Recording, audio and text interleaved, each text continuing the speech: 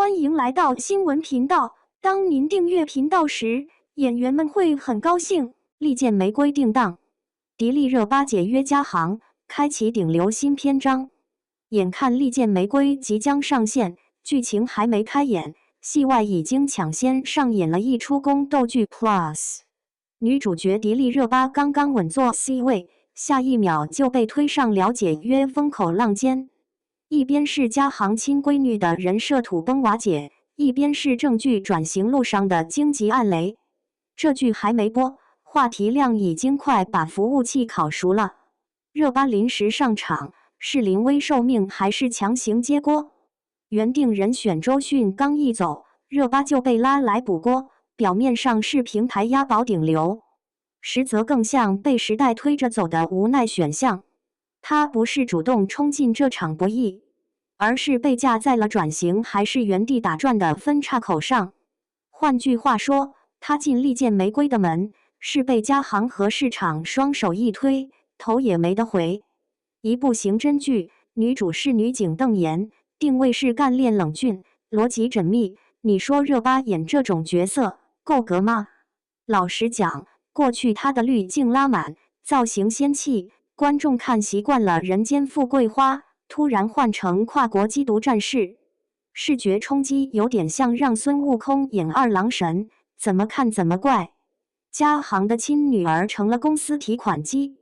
说到底，这次闹得最大的不是戏好不好看，而是迪丽热巴到底还是不是嘉行亲生。这家公司从她出道起就一路捧上神坛，各种古偶、商代、热搜全是保姆级安排，可捧久了也想榨点油出来。这次要求她1年12场活动，30条短视频，还要签品牌，跟组营业，强度堪比流水线女工。她团队看了这运营方案之后，直接原地爆炸。说白了就是这不是拍戏，这是挤干净。跟嘉行这次掰了，他等于亲手把流量便利店推开了门，但也把自己扔进了一个完全没后援的新战场。刑侦剧升温，真能带他飞吗？别看利剑玫瑰外壳金光闪闪，导演苏万聪，编剧耿惠东，公安部真实案例，央视黄金档预定，腾讯一线排期。这个项目听起来就是正剧界的预制菜，不出爆款出啥？问题就在于这几年刑侦剧扎堆上马，前冤经变回溯者，你还记得几个？观众现在不是没看剧，是不想被骗。这类题材火归火，可如果主角演得像办案前要先补妆的时尚达人，那剧情走多远都白搭。热巴想靠这部剧转型，一脚踩在正剧这艘船上，另一只脚还没从偶像滤镜里抽出来，这不狡猾才怪。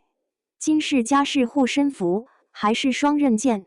剧里男主金世佳饰演常瑞，一个沉稳睿智的缉毒警察。他曾靠《猎罪图鉴》稳住了一波中生代口碑。这次说是给热巴做演技安全带，其实也像是剧组放下的保险起见。一旦热巴这边演得不行，全靠金世佳救场。可 CP 感这玩意儿不是演技说了算，是观众决定的。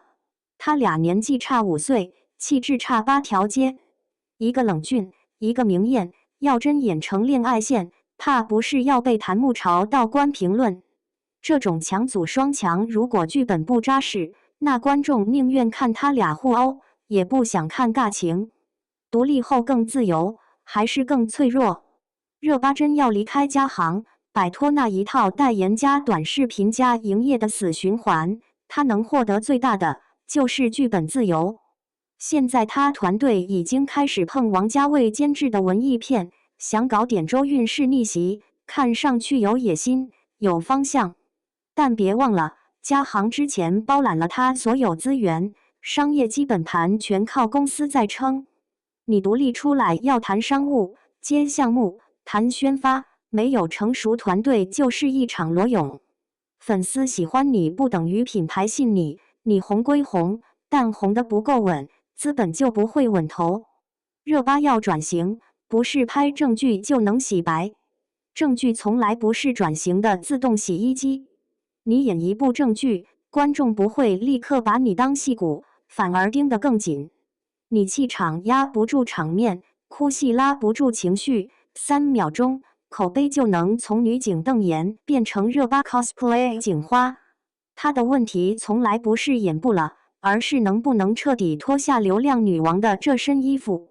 哪怕是拍哭戏，也得让人相信你不是演给滤镜看的。从平台到演员，这场转型战谁都别想省事儿。平台想要流量进账，制作方想要作品封神，演员想要口碑逆袭，可真要做好，就得有人先跳坑。观众越来越精明，不吃安利，不吃流量，真吃的是情绪、故事、演技、共鸣。热巴这次要成，得靠演技，要不成，骂声的翻倍。利剑玫瑰不是一部普通剧，它是一场流量困局的应试现场。热巴交卷，平台改分，观众打分，加行围观。这剧火不火是一码事，它转型成不成功是另一码事。这年头，演员不是靠一部剧翻红，而是靠一场场硬仗，一口气从流量走到实力。迪丽热巴想熬出个顶流升级版，那可不是甩掉公司这么简单的事，这的是脱胎换骨，往火里走的活儿。你说他准备好了吗？